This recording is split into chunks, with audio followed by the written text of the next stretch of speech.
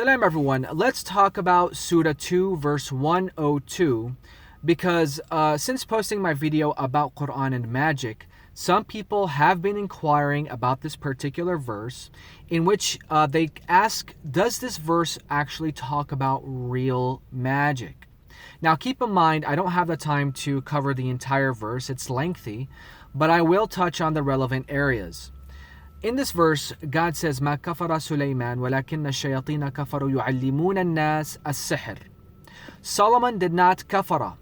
The Arabic word kafara is often translated as to disbelieve, but let's be precise here.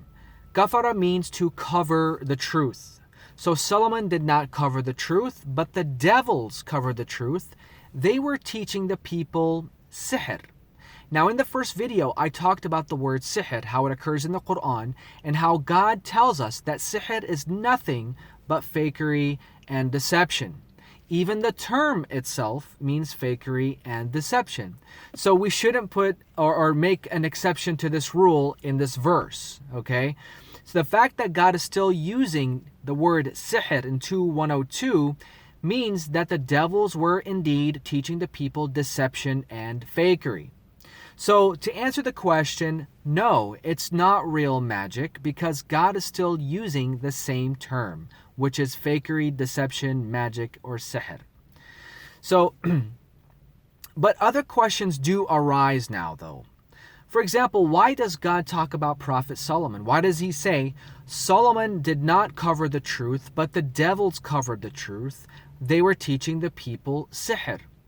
The reason is because Prophet Solomon was actually the real deal. Prophet Solomon really dealt with jinns and devils because he was a prophet and he was able to deal with the jinns and the devils by God's leave. So he did not cover the truth. But the verse continues to tell you, but the devils covered the truth by teaching the people trickery and deception. In other words, Solomon was the real deal, whereas the devils were teaching the people fakery and deception. They made the people believe that they were dealing with devils and jinns, but they were not. It was deception. It was sihr. Okay? So hopefully that answers that aspect of that question. Now let's move to the second part of this verse, where some controversy does happen. Because there's a common interpretation here that the two angels, Harut and Marut, that are mentioned in this verse, it is said that these two angels were teaching the people magic. But this is not what this verse says. Okay? Linguistically, this verse is telling us that the devils were teaching the people two separate things. The verse says they were teaching the people magic and what was revealed to the two angels. وَمَا أُنزِلَ عَلَى الْمَلَكَيْنِ. So the devils were teaching two things. They were teaching the magic and what was revealed to the two angels. Two separate things. Again, the verse says they were teaching the people sihr and what was revealed to the two angels. So linguistically, it is two separate things. The devils were teaching magic and they were also teaching what was revealed to the two angels. So hopefully that's clear that the angels were not teaching the people sihr. They were teaching the people a certain knowledge that was revealed to them.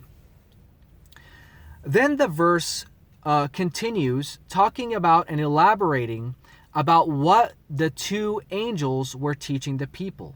The verse says, فَيَتَعَلَّمُونَ مِنْهُمَا مَا يُفَرِّقُونَ بِهِ بَيْنَ الْمَرْءِ وَزَوْجِهِ. So they learn from the two what they separate with it between the man and the spouse. Okay? So we need to pay attention here. So the people learn from the two angels what they separate with it between the man and his spouse. The Arabic word yufarriquna means that the people themselves were separating. It means they separated. So there's no magic, there's no mention of magic, there's no voodoo or something mystical here. The people have abused the knowledge that they received from the angels, And it says that they separated between amongst themselves with this knowledge to break up relationships. It's really as simple as that.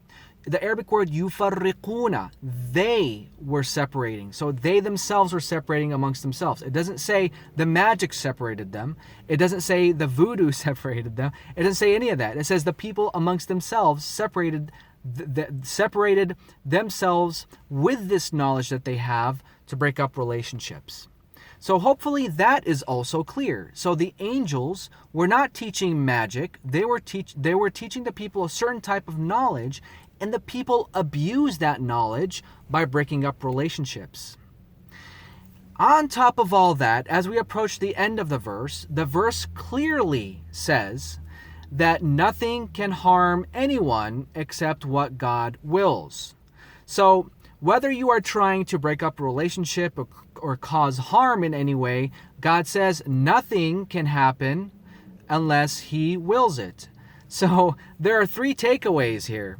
The first is that the devils were teaching fakery, deception. Secondly, the angels were not teaching any magic. They were teaching knowledge, certain type of knowledge. Thirdly, God says that nothing can happen to you unless God wills it. So bottom line, whether you are taking this entire verse as something about some magic, God says nothing can happen to you. But again, the verse is not talking about angels teaching magic. Anyway, so hopefully that's clear, and hopefully that answers the question. Now, this just came to mind. It's a side note. Some people have inquired about the concept of hasad. Hasad, or the eye of envy, whatever they may call it. The thing is, there is no mention of the phrase Ain al-Hasud or Ain al-Hasad in the Quran, the eye of envy. There's nothing in that in the Quran. The word hasad does occur in the Quran, but it never occurs in some magical or mystical way.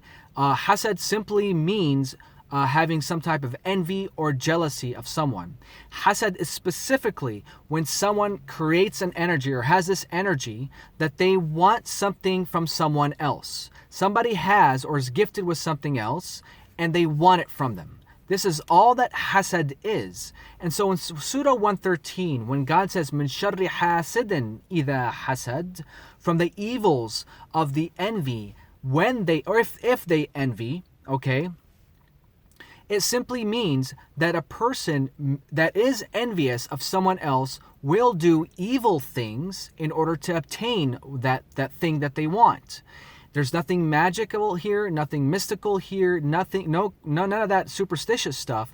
It's simply the evils of a person who is trying or attempting to obtain something that they want from someone else. So hopefully I covered both aspects here of this idea of Surah 2:102 talking about real magic and the idea of hasad. Wassalamu alaikum.